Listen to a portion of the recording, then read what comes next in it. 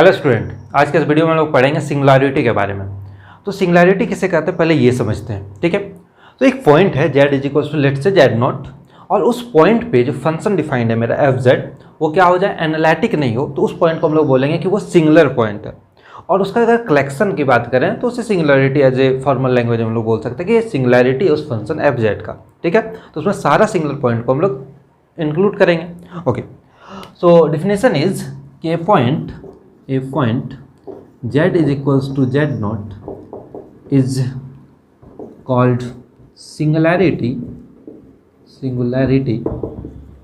of the function f of z if fz is not analytic at z is equals to z naught। और analytic का basic definition क्या होता है कि function differentiable होना चाहिए उस पॉइंट में और उसके नेबरहुड में। मीन्स ये जो फंक्शन एफ जेड है वो z is equals to z naught पे डिफरेंशिएबल भी नहीं है। ओके, एग्जांपल लिख देखते हैं। लेट्स से कि फंक्शन मेरा जो एफ जेड है दैट इज गिवन 1/z, ठीक। तो फंक्शन 1/z दिया हुआ है, तो हम लोग जानते हैं कि अगर हम लोग z की बात करें तो अगर यहाँ पे z 0 हो जाए तो ये फंक्शन डिफाइंड ही नहीं होगा, और फंक्शन डिफाइंड ही नहीं होगा तो फिर कोई कॉन्सेप्ट का बात ही नहीं आता है कि एनालिटिक चेक करे कि ना करे। तो z इज इक्वल्स टू 0, बस एक ही पॉइंट है जो यहाँ पे प्रॉब्लम दे रहा है। तो इसका जो सिंगुलर पॉइंट हो जाएगा, सिंगुलैरिटी जो हो जाएगा इस फंक्शन का, सिंगुलैरिटी वो हो जाएगा कितना, 0, ठीक है। इसका सिंगुलैरिटी क्या आ गया, 0। इसे सेट फॉर्म में भी लिख सकते हैं। एक और एग्जाम्पल लेते हैं कि एफ ऑफ जेड क्या है, tan ऑफ जेड है, tan ऑफ जेड। तो हम लोग tan ऑफ जेड को लिख सकते हैं sin Z upon cos of Z. अब जब ये क्या है, एक रैशनल पॉलिनोमियल के फॉर्म में आ गया, तो जब भी ये q वाले टर्म cos जेड जब भी 0 होगा तब ये फंक्शन क्या होगा, एनालिटिक नहीं होगा। तो मुझे इसका जो सिंगुलैरिटी आएगा, सिंगुलैरिटी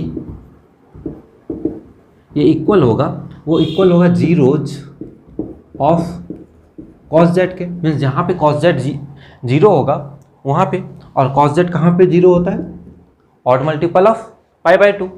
तो दिस इज 2n + 1 π/2। ये सारे वैल्यू के लिए n के कोई भी वैल्यू यहाँ पुट करते जाएं, ऑड मल्टीपल ऑफ π/2 में ये क्या हो जाएगा, ये सिंगुलैरिटी सारा पॉइंट मिलते जाएगा। ये सिंगुलैरिटी का पॉइंट है, ये सिंगुलर पॉइंट। यहाँ पे ये जो सिंगुलैरिटी है ये क्या कितना है, फाइनाइट नंबर है। जैसे ये सिंगुलैरिटी ये फाइनाइट है, बट यहाँ पे n कितना, इनफाइनाइट है। तो यहाँ पे इनफाइनाइटली मैंने मुझे मिल रहा है। ओके, नाउ एक और एग्जांपल देखते हैं कि F Z is equals to z. F z जो है वो जेड दिया हुआ है, तो इसका सिंगुलैरिटी क्या होगा। तो हम लोग ये जानते हैं कि ये फंक्शन क्या होता है, इंटायर फंक्शन है। मीन्स ये पूरे कॉम्प्लेक्स प्लेन में एनालिटिक है। तो अगर सारे कॉम्प्लेक्स प्लेन में ये एनालिटिक है, मीन्स ऐसा एक भी पॉइंट नहीं है जिस पे ये एनालिटिक नहीं है। इसका मतलब इसका जो सिंगुलैरिटी है वो एग्जिस्ट ही नहीं करता, मीन्स नो सिंगुलैरिटी।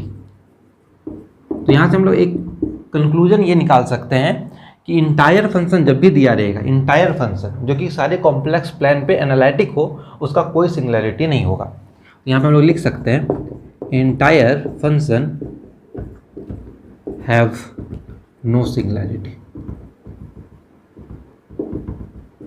ओके, एक और एग्जांपल लेते हैं कि एफ जेड दिया हुआ है, this is log of Z. F Z defined है लॉग जेड, और इसका क्या होगा सिंगुलैरिटी। मुझे ऐसा पॉइंट देखना है जहाँ पे ये फंक्शन डिफाइन ना हो, मीन्स एनालिटिक। अगर हम लोग को ये चेक करना तो बेसिक हम लोग ये देखते हैं कि ये फंक्शन कहाँ पे डिफाइन नहीं है। और हम लोग ये जानते हैं कि लॉग का जो डोमेन में आता है ये ऑलवेज क्या आता है, पॉजिटिव नंबर्स हम लोग लेते हैं, 0 से बड़ा, 0 को भी इंक्लूड नहीं करते यहाँ पे। तो अगर इसका सिंगुलैरिटी की बात करें, सिंगुलैरिटी, तो ये एक सेट फॉर्म में आ जाएगा, पूरा 0 को भी इंक्लूड करेंगे, means negative side of -∞ to 0, ये पूरा, क्योंकि ये जो डिफाइंड है ये डिफाइंड होता है 0 to ∞ पे। तो जो पॉइंट बच गया उस पर हम लोग लिख सकते हैं -∞ to 0। ओके, अब मैं एक प्रॉब्लम दे रहा हूँ एफ जेड, जैसे जेड ऑफ कॉम्प्लीमेंट, ठीक है, z complement, f Z is equal to z complement. इसे खुद से आप लोग सॉल्व करो और कमेंट बॉक्स में बताओ कि ये सिंगुलैरिटी इसका क्या क्या होगा। ओके, ठीक है, तो कमेंट बॉक्स में बताओ, और अगर ये प्रॉब्लम आ रहा है तो देन मैं आई विल डिस्कस दिस। ठीक है, अब हम लोग बात करते हैं कि सिंगुलैरिटी का टाइप्स कितना होता है, टाइप्स ऑफ सिंगुलैरिटी के बारे में। तो सिंगुलैरिटी मेनली 2 टाइप्स का होता है, ठीक है, इसे मैं इरेज कर रहा हूँ। तो जो सिंगुलैरिटी है वो मेनली 2 टाइप्स का होता है। There is an isolated singularity, isolated singularity, and there is non isolated singularity, singular. So isolated singularity and non isolated. Isolated singularity क्या होता है, पहले ये डिस्कस करते हैं। ठीक है, तो z is equal to z naught, let say एक सिंगुलर पॉइंट है मेरे पास, सिंगुलैरिटी है, मीन्स वहाँ पे फंक्शन एनालिटिक नहीं है। और अगर उस जेड नॉट का वो जो क्या है, z is equal to z naught क्या है, मेरा एक सिंगुलर पॉइंट है, सिंगुलर पॉइंट है। और इसे हम लोग कब बोलेंगे कि ये आइसोलेटेड सिंगुलैरिटी है, जब इसका नेबरहुड डिफाइन करें। नेबरहुड कैसे डिफाइन होता है, तो this is mod z minus Z naught is less than delta. एक नेबरहुड डिफाइन करें, लेकिन उस नेबरहुड में अगर हम लोग जीरो को कंटेंट ना करें, अगर यहाँ पे इक्वल टू साइन देंगे हम लोग तो ये जीरो कंटेंट होगा, बट हम लोग क्या कर रहे हैं, जीरो को कंटेंट नहीं कर रहे हैं। इसे ऐसे भी बोल सकते हैं deleted neighbourhood, deleted neighbourhood of Z not. ये क्या हुआ, deleted neighbourhood of Z not.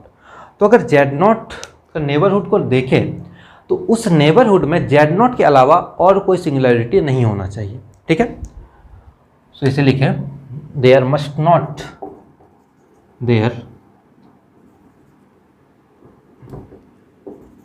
Must not exist any other singularity in the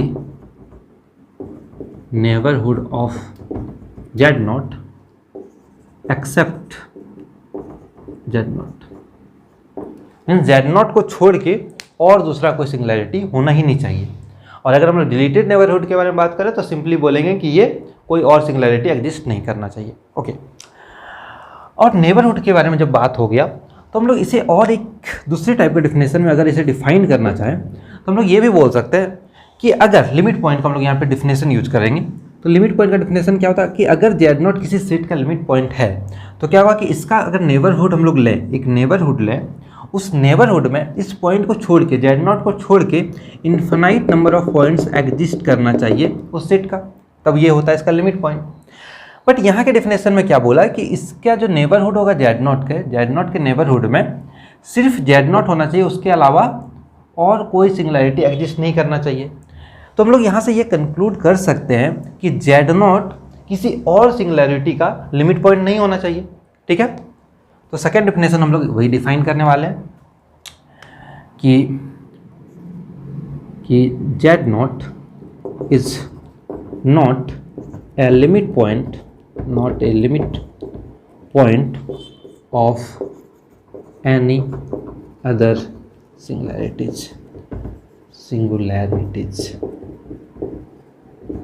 ठीक है, कि जेड नॉट किसी और सिंगुलैरिटीज का लिमिट पॉइंट नहीं होगा। ओके, तो ये इस डिफिनेशन से हम लोग डिफाइन किए। अब हम लोग बात करते हैं, नहीं पहले एक एग्जांपल डिफाइन कर लेते हैं इसे, एंड देन हम लोग मूव करेंगे नॉन आइसोलेटेड सिंगुलैरिटी पे। तो let's say f Z is equals to 1 upon Z minus 1, ये डिफाइन कर रहे हैं। ठीक है, तो जेड माइनस 1, तो यहाँ पे जो सिंगुलर पॉइंट है वो कौन सा है, तो पहले तो z is equal to 1 singular point है। अब मुझे ये देखना है सिंगुलर पॉइंट है,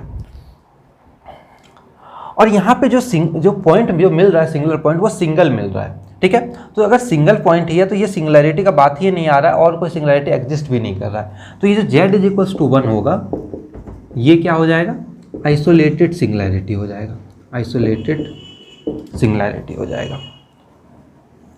ऐसे ही और बात करें तो f Z is equals to one z minus 1 into z minus 3, let's say यहाँ पे कौन कौन सा पॉइंट है, जेड इज इक्वल्स टू 1 है, and z is equals to 3 है।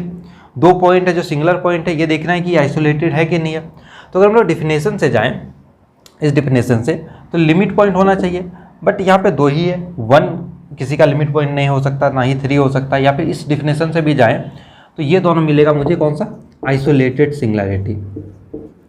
इन जनरल मैं इसे डिफाइन करता हूँ। इन जनरल लिमिट पॉइंट का जब भी कॉन्सेप्ट आता है, लिमिट पॉइंट का जब भी बात होगा, लिमिट पॉइंट के लिए ज़रूरी है कि मेरे पास इनफाइनाइट नंबर ऑफ पॉइंट्स होना चाहिए।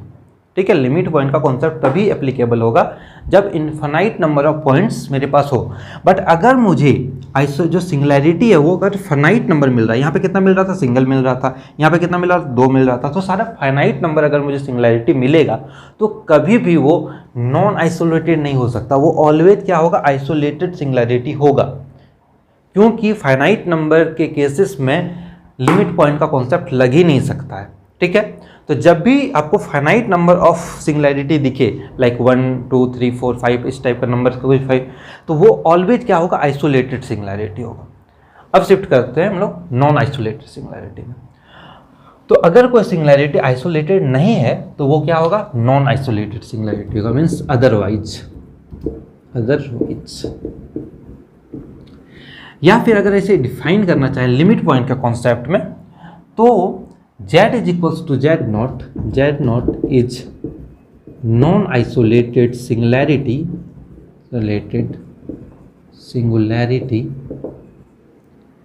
if Z naught is a limit point of other singularities। ठीक है, यहाँ पे क्या बोले कि जेड नॉट किसी और सिंगुलैरिटी का लिमिट पॉइंट नहीं हो सकता, बट यहाँ पे क्या है कि जेड नॉट किसी और सिंगुलैरिटी का लिमिट पॉइंट हो। ठीक है, तो अगर लिमिट पॉइंट का यहाँ पे आ रहा है और ये बोल रहे कि लिमिट पॉइंट हो, इसका ये मतलब होता है कि यहाँ पे जरूर infinite number of singularity exist करेगा, क्योंकि अगर फाइनाइट किया तो वो आइसोलेटेड ही होगा। तो नॉन आइसोलेटेड होने के लिए बेसिक कंडीशन हम लोग ये देखेंगे कि उसमें क्या नंबर ऑफ जो सिंगुलैरिटी है वो इन्फिनाइटली मैनी है।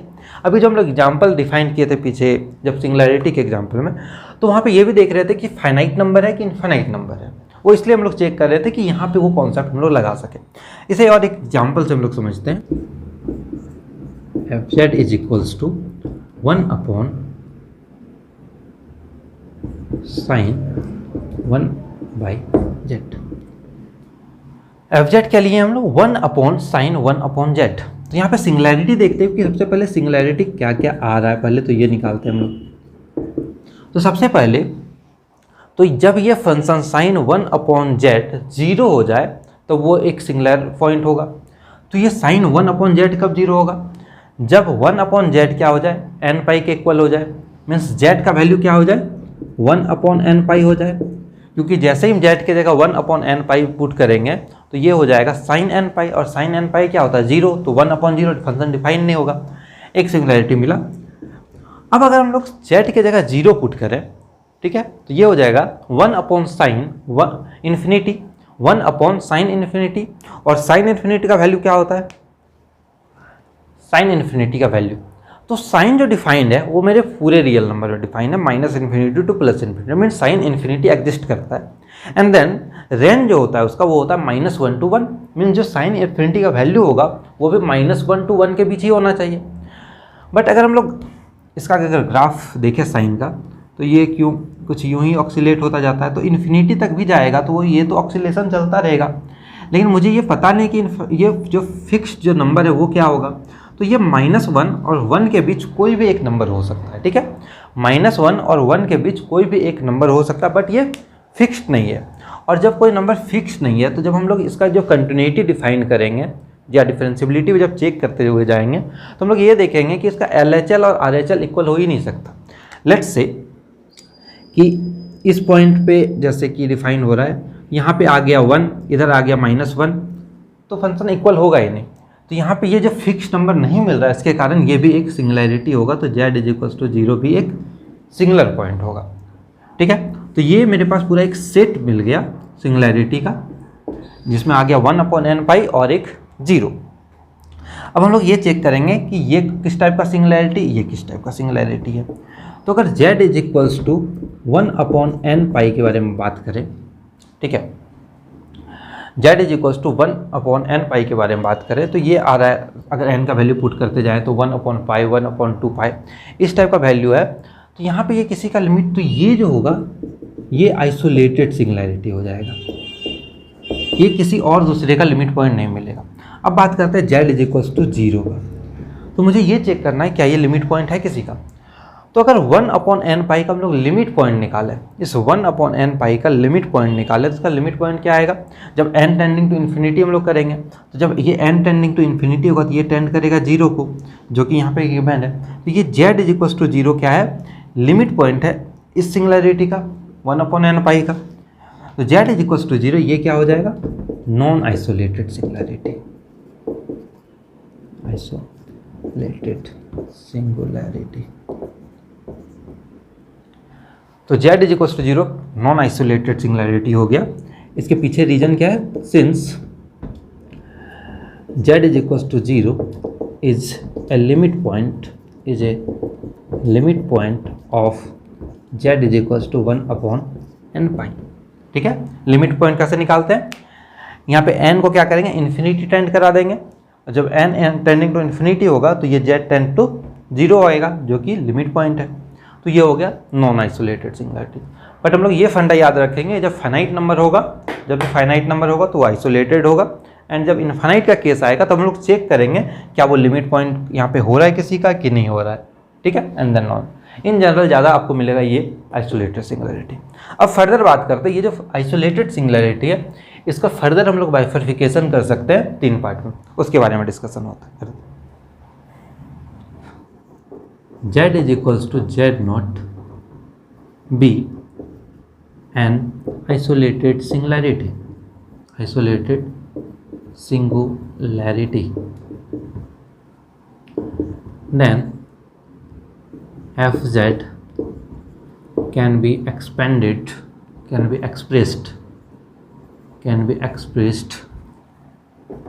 in Lorentz ridge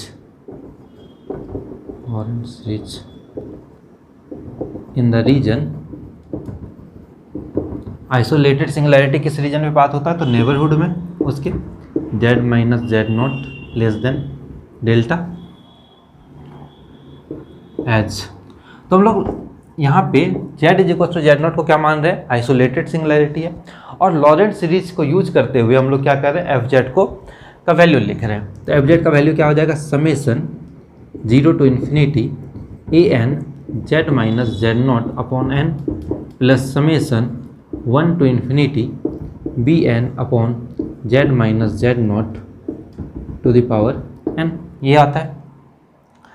अब इसे बोलते हैं टेलर्स पार्ट, इसे लॉरेंट्स पार्ट, या फिर इसका और दूसरा जो नाम है वो है प्रिंसिपल पार्ट, या फिर इसे लॉरेंट्स पार्ट भी बोलते हैं, Laurent's part, and this is Taylor's part,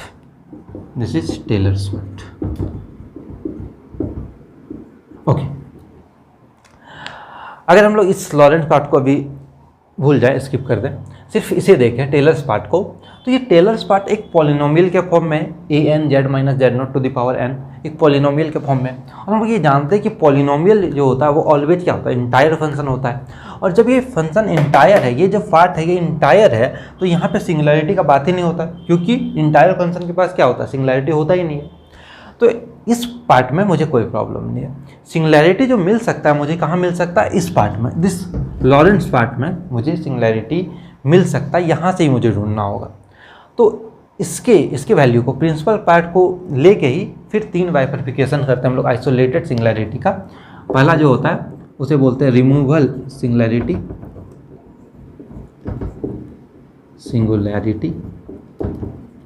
and then second is pole, and the third is essential singularity, ठीक है।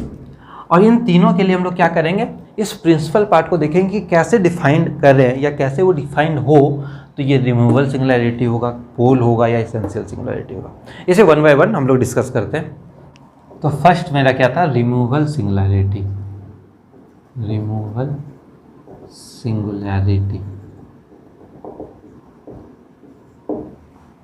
ठीक है।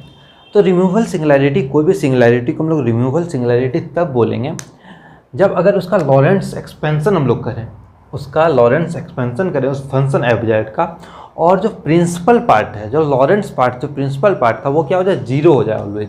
ठीक है। तो कब मिलेगा, इफ़ प्रिंसिपल पार्ट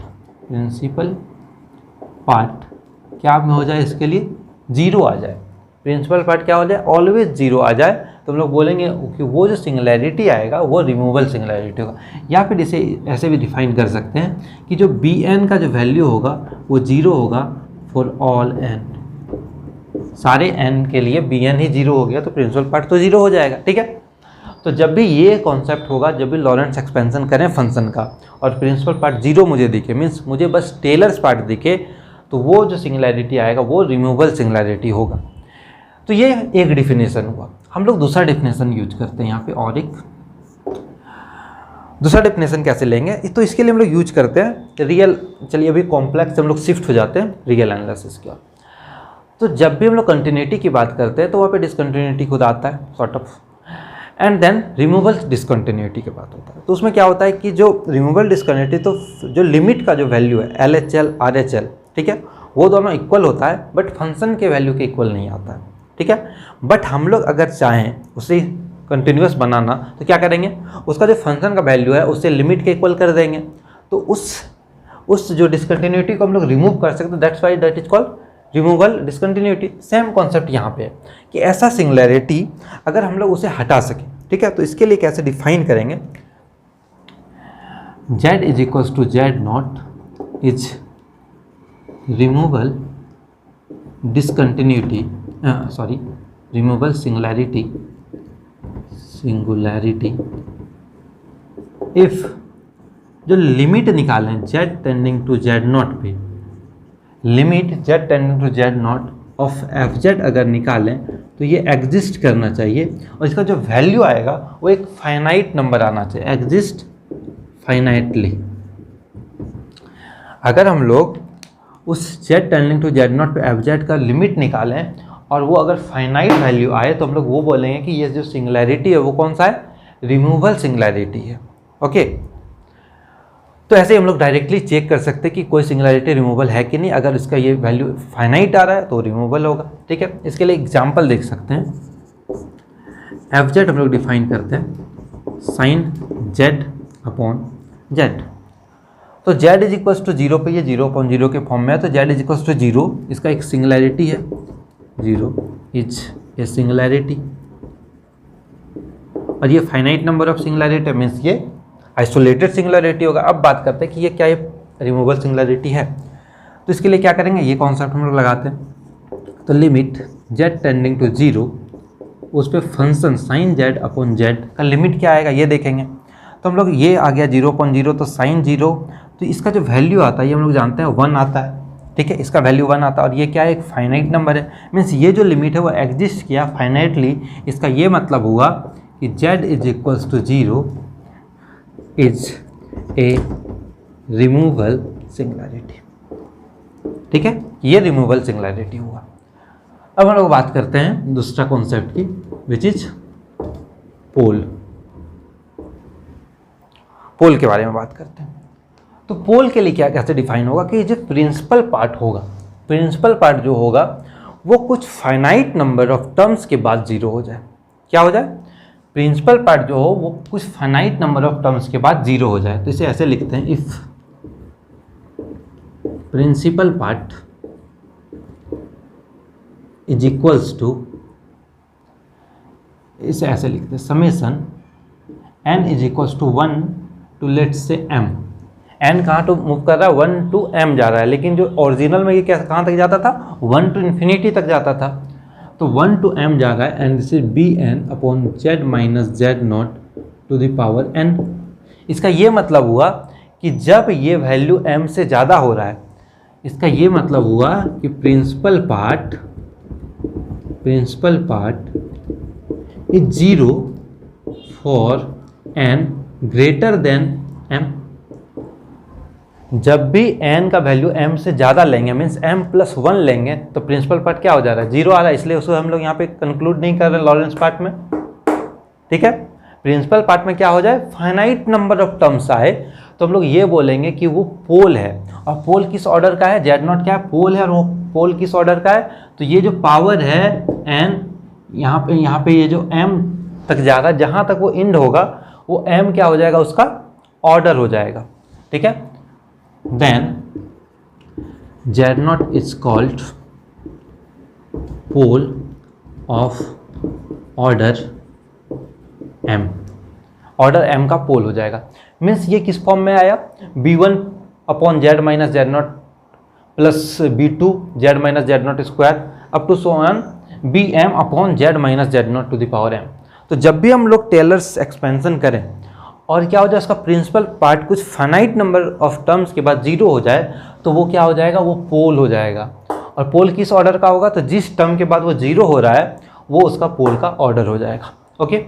इसके बाद डिफिनेशन हम लोग देखते हैं लिमिट के टर्म में कैसे इसे हम लोग डिफाइन कर सकते हैं। इसे लिमिट के टर्म में हम लोग कैसे डिफाइन करते हैं वो देखते हैं। तो z is equals to z naught को हम लोग बोलेंगे is a pole of order m if limit z tending to z naught f z निकालें, इसका जो वैल्यू आए, ठीक है। हम लोग क्या कर रहे हैं, limit z tending to z naught f z का वैल्यू निकाल रहे हैं, वो क्या आएगा वो देखेंगे सबसे पहले। तो ये फाइनाइट नहीं आ सकता है, अगर ये फाइनाइट आएगा तो तुरंत क्या हो जाएगा, रिमूवल सिंगुलरिटी। तो फाइनाइट तो नहीं आएगा तो इसका वैल्यू क्या आ जाए, इनफाइनाइट हो जाए, ठीक है। अगर limit z tending to z naught f z का वैल्यू क्या हो जाए, इनफाइनाइट हो जाए, और इसके साथ क्या आ जाए कि limit z tending to z naught z minus Z naught to the power m f z, इसका जो वैल्यू है वो एक l आ जाए। क्या कर रहे हैं, limit z tending to z naught z minus Z naught to the power m f z का वैल्यू क्या l आ रहा है, और l क्या होगा यहाँ पे, l not equals to zero हो जाए and l not equals to infinity हो। l जीरो भी नहीं हो सकता, l इन्फिनिटी भी नहीं हो सकता। मीन्स जीरो और इन्फिनिटी को छोड़ के कोई और वैल्यू हो, कोई फाइनाइट वैल्यू हो, तो हम लोग ये बोलेंगे कि ये जो जेड नॉट है वो क्या है, पोल है ऑफ ऑर्डर m। यहाँ पे ऑर्डर m के कारण ही यहाँ पे जो पावर है वो m लिया गया है, Z minus Z naught to the power m। Example इसके लिए भी देखते हैं हम लोग कि F Z is equals to 1 upon Z minus 2 का स्क्वायर क्या है, okay. F Z is equals to 1 upon Z minus 2 का होल स्क्वायर, ये दिया हुआ है, और ये फाइंड आउट करना है कि ये पोल होगा, कौन सा सिंगुलरिटी किस टाइप का बोली करता है। तो सबसे पहले अगर एफ जेड देखें तो ये खुद क्या है, किस पार्ट में, लॉरेंट्ज के एक्सपेंशन में दिया हुआ है। इसका टेलर्स पार्ट क्या है, जीरो है। टेलर्स पार्ट डजंट मैटर क्योंकि वो तो इंटायर पार्ट होता है, उसके लिए मुझे कोई डिस्कशन नहीं करना है। मुझे बात करना लॉरेंट्ज पार्ट भी, प्रिंसिपल पार्ट के बारे में। तो यहाँ पे ये प्रिंसिपल पार्ट दिया हुआ है, और ये प्रिंसिपल पार्ट क्या है, एक ही टर्म है, फाइनाइट टर्म है, 2 है बस, ना ही इसके पहले कोई टर्म है ना ही इसके बाद है। बट इन जनरल वो कहाँ तक जाता है, एक्सपेंशन इनफाइनाइट तक जाता है। बट यहाँ पे क्या एक फाइनाइट टाइम है, मीन्स कुछ एक टर्म के बाद ये क्या हो जा रहा है, प्रिंसिपल पार्ट जीरो हो जा रहा है। इसका मतलब ये जो 2 होगा ये कौन सा होगा, 2 क्या होगा, यहाँ से हम लोग डायरेक्टली क्या बोल सकते हैं, Z is equal to 2 is a pole of order, कितना हो जाएगा इस पोल का ऑर्डर, 2 हो जाएगा, क्योंकि पावर कितना है, 2 है, उसके बाद वो जीरो हो रहा है, जिस पावर में रहता वो। इस डिफिनेशन से हम लोग होते हैं। अब यहाँ पे इस डिफिनेशन को कैसे लगाएं, तो जब लिमिट जेड टेंडिंग टू 2 करें, देखते हैं limit Z tending to 2, F Z क्या है, 1 अपॉन जेड माइनस 2 का स्क्वायर है। तो जब जेड टेंडिंग टू 2 कर रहे हैं तो यहाँ पे जैसे 2 पुट करेंगे ये इन्फिनिटी हो जाएगा, तो इसका वैल्यू क्या आ गया, इन्फिनाइट आ गया। वैल्यू इन्फिनाइट आ गया मीन्स फर्स्ट कंडीशन सेटिस्फाई कर रहा है। अब दूसरा देखना है कि इसका ऑर्डर क्या होगा। ऑर्डर के लिए हम लोग क्या करेंगे कि limit Z tending to 2 Z minus 2, यहाँ पे इसका वैल्यू m, ठीक है, कुछ भी वैल्यू, और एफ जेड का वैल्यू क्या है, 1 अपॉन जेड माइनस 2 का स्क्वायर। इसका वैल्यू क्या आना चाहिए, कोई फाइनाइट नंबर आना चाहिए, बट जीरो और इन्फिनिटी को छोड़ के। तो हम लोग सोचते हैं कि m का वैल्यू क्या पुट कर सकते हैं। अगर हम लोग m का वैल्यू यहाँ पे 1 पुट कर दें तो एक कैंसिल हो जाएगा, लेकिन एक बच जाएगा, जिसके कारण फिर से इन्फिनिटी बन जाएगा। बट अगर हम लोग m का वैल्यू 2 पुट करें तो ये एक दूसरे को कैंसिल आउट कर देगा और वैल्यू कितना आ जाएगा, 1 आ जाएगा। तो m का वैल्यू कितना पुट कर रहे हैं हम लोग, 2 पुट कर रहे हैं, जब वैल्यू 1 आ रहा है जो कि L का वैल्यू हो जाएगा, और जब L का वैल्यू ये 1 आ गया, इसका मतलब ये जो M है यहाँ पे 2 है, ये इसका क्या हो गया, पोल हो गया। तो Z is equal to 2 is a pole of order 2। ठीक है, तो ये ऑर्डर 2 का पोल हो गया। तो हम लोग क्या कहिए, दोनों मेथड से देख लिए इसे, और कुछ एग्जांपल्स हम लोग करते हैं इस पर। एक और मैंने फंक्शन डिफाइन किया कि फंक्शन क्या है, 1/z-3 whole square into z-1। ठीक है, तो यहाँ पे हम लोग z इज इक्वल्स टू 1 और z इज इक्वल्स टू 3, ये दो मेरे पास क्या है, सिंगुलैरिटी है। इसके बारे में पहले ये डिस्कस करना है कि ये किस टाइप का सिंगुलैरिटी होगा। तो सबसे पहले z इज इक्वल्स टू 1 के बारे में लोग बात करते हैं। तो z इज इक्वल्स टू 1 को अगर देखें, ठीक है, z इज इक्वल्स टू 1 के अगर बारे में बात करें तो यहाँ पे हम लोग ये देख सकते हैं finitely z is equals to 1 कि ये लॉरेंस पार्ट में सिंगल पावर है यहाँ पे। तो लॉरेंस पार्ट में क्या है, एक ही पावर तक जा रहा है, तो z इज इक्वल्स टू 1 क्या हो जाएगा, पोल हो जाएगा। तो z इज इक्वल्स टू 1 क्या है, पोल है, और इस पोल का ऑर्डर कितना है, जितना इसका पावर है, ऑफ ऑर्डर 1। और पोल ऑफ ऑर्डर 1 का एक सिंपल एक नाम दिया गया which is simple pole. Pole of order 1 जो है उसे हम लोग क्या बोलते हैं, सिंपल पोल बोलते हैं। ओके, अब हम लोग देखते हैं कि z इक्वल्स टू 3 पे क्या होगा। तो z इक्वल्स टू 3 पे देख रहे हैं कि प्रिंसिपल पार्ट कहाँ किस पावर तक गया, 2 तक ही गया। तो ये मतलब हो गया कि ये जो पोल होगा ये किस ऑर्डर का होगा, ऑर्डर 2 ऑर्डर का पोल होगा, z इक्वल्स टू 3। या फिर हम लोग लिमिट का कॉन्सेप्ट भी लगा सकते हैं। तो लिमिट का कॉन्सेप्ट लेट्स से हम लोग z इक्वल्स टू 3 पे चेक करते हैं चाहते हैं। ठीक है, तो सबसे पहले लिमिट z टेंडिंग टू 3 पे fz का वैल्यू देखेंगे। fz का वैल्यू क्या है, जैसे z-3 का स्क्वायर इंटू z-1। तो सबसे पहले तो जैसे 3 पुट करेंगे तो ये तो 2 आ गया फाइनाइट, बट यहाँ पे क्या आ गया, 0 आ गया, जिसके कारण ये क्या हो गया, इन्फिनिटी हो गया। अब लिमिट फिर से z टेंडिंग टू 3 पे, यहाँ पे क्या करेंगे, z-z0, ये कॉन्सेप्ट यूज कर रहे हैं हम लोग। तो z-z0 की जगह कितना है, 3 का पावर m इंटू fz कितना है, जैसे z-3 स्क्वायर इंटू z-1। ठीक है, अब हम लोग ये देखते हैं। तो अगर हम लोग यहाँ पे क्या करना होगा, ऑलवेज अगर हम लोग z-3 से 1 यहाँ पुट करेंगे तो यहाँ पे z-3 बच जाएगा, फिर से वही वाला प्रॉब्लम। 2 पुट करेंगे तो कैंसिल आउट हो जाएगा, वो वर्क कर सकता है। ठीक है, तो हम लोग वही पकड़ रहे हैं कि 2 पुट कर रहे हैं इसमें। तो m को अगर हम लोग 2 पुट करेंगे तो ये एक दूसरे को कैंसिल आउट कर देगा, यहाँ पे बच जाएगा z-1। जैसे ही यहाँ पे 3 पुट करेंगे ये हो जाएगा 1/2, जो कि फाइनाइट नंबर है, तो ये l का वैल्यू हो गया। इसका मतलब ये जो 2 है ये क्या हो गया, पोल का ऑर्डर हो गया। So z is equal to 3 is a pole of order 2।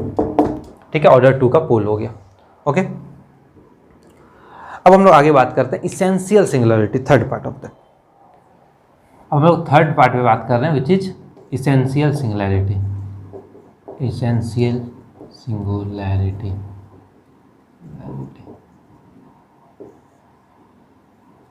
ठीक है, इसेंशियल सिंगुलैरिटी। तो इसेंशियल सिंगुलैरिटी के लिए कैसे डिफाइन करेंगे, तो यहाँ पे जो प्रिंसिपल पार्ट हो, जब प्रिंसिपल पार्ट 0 हो रहा है तो वो रिमूवल सिंगुलैरिटी हो जा रहा है। जब प्रिंसिपल पार्ट के पास फाइनाइट नंबर ऑफ टर्म्स है तो वो पोल हो जा रहा है।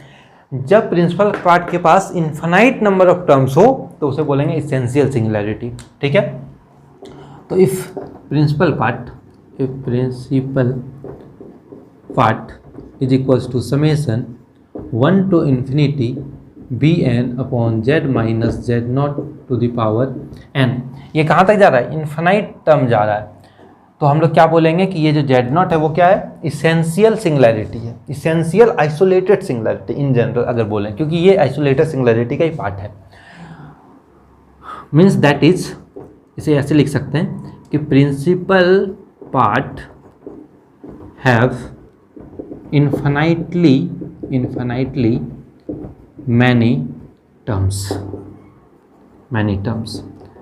then z0 is essential singularity। z0 क्या हो जाएगा, essential singularity हो जाएगा। अब हम लोग दूसरा कॉन्सेप्ट बात करते हैं लिमिट के टर्म में। ठीक है, तो z0 is essential singularity if अगर लिमिट निकाले हम लोग z tending to z0 F Z पे, तो इसका वैल्यू अगर फाइनाइट आता है तो वो हो जाता है रिमूवेबल सिंगुलैरिटी, अगर इनफाइनाइट आता है तो वो क्या हो जाता है, अगर इनफाइनाइट आएगा तो वो हो जाएगा पोल। तो Z is equal does not exist, ये एग्जिस्ट ही नहीं करेगा, डज नॉट एग्जिस्ट फाइनाइटली और इनफाइनाइटली, मीन्स उसका कोई भी फिक्स्ड वैल्यू नहीं हो पाएगा, ना ही ये इनफाइनाइट हो सकता है, ना ही कोई फिक्स्ड वैल्यू हम लोग दे सकते, कोई फाइनाइट फिक्स्ड वैल्यू भी नहीं दे सकते, मीन्स ना ही। और फिर इन जनरल ऐसे भी हम लोग बोल सकते हैं कि अगर कोई रिमूवल सिंगुलैरिटी भी नहीं है, अगर कोई पोल भी नहीं है, तो वो क्या होगा, वो इसेंशियल सिंगुलैरिटी हो जाएगा। इसके लिए एग्जांपल देखते हैं हम लोग। एग्जांपल है कि एफ जेड को जो डिफाइन किया गया है वो साइन 1/z डिफाइन किया गया है, ठीक है, साइन 1/z। तो अभी हम लोग डिस्कस कर चुके हैं कि जब z इज इक्वल टू 0 होगा तब इसे प्रॉब्लम हो सकता है, क्योंकि ये हो जाएगा साइन इन्फिनिटी, और साइन इन्फिनिटी का वैल्यू कुछ भी हो सकता है -1 और 1 के बीच।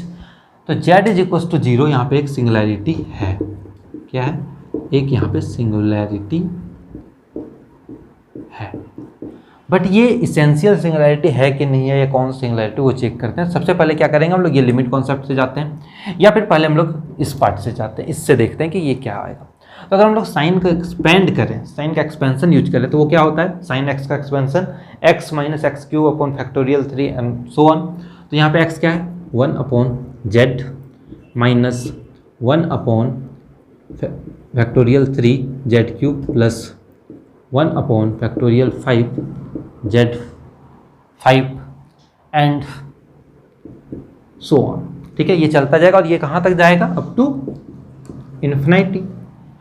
तो यहाँ पे हम लोग देख रहे हैं कि जो लॉरेंट्ज पार्ट है, जो प्रिंसिपल पार्ट है, उसमें क्या है, इन्फिनाइट नंबर ऑफ टर्म्स है, और जैसे ही किसी में इन्फिनाइट नंबर ऑफ टर्म्स आता है, इसका मतलब क्या हो जाता है, वो इसेंशियल सिंगुलैरिटी हो जाता है। Means z is equal to 0 क्या है मेरा, दिस इंप्लाइज कि z इज इक्वल टू 0 क्या है, this is essential singularity, this is essential singularity, ये मेरा इसेंशियल सिंगुलैरिटी है। इसे अगर हम लोग लिमिट के कॉन्सेप्ट में चेक करना चाहें तो देखते हैं कि लिमिट जब z टेंडिंग टू 0 होगा तो एफ जेड का वैल्यू क्या हो सकता है। तो एफ जेड क्या है, साइन 1/z है। तो जैसे ही इसे साइन इन्फिनिटी हो जाएगा ये, तो इसका वैल्यू कितना आ जाएगा, this is sine of infinity.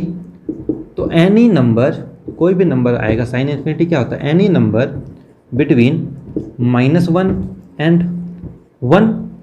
यहाँ पे कोई भी एक फाइनाइट नंबर आएगा -1 और 1 के बीच, but this is not fixed, ये -1 भी हो सकता है, हाफ भी हो सकता है, कोई भी वैल्यू हो सकता है -1 और 1 के बीच, बट ये फिक्स नहीं है।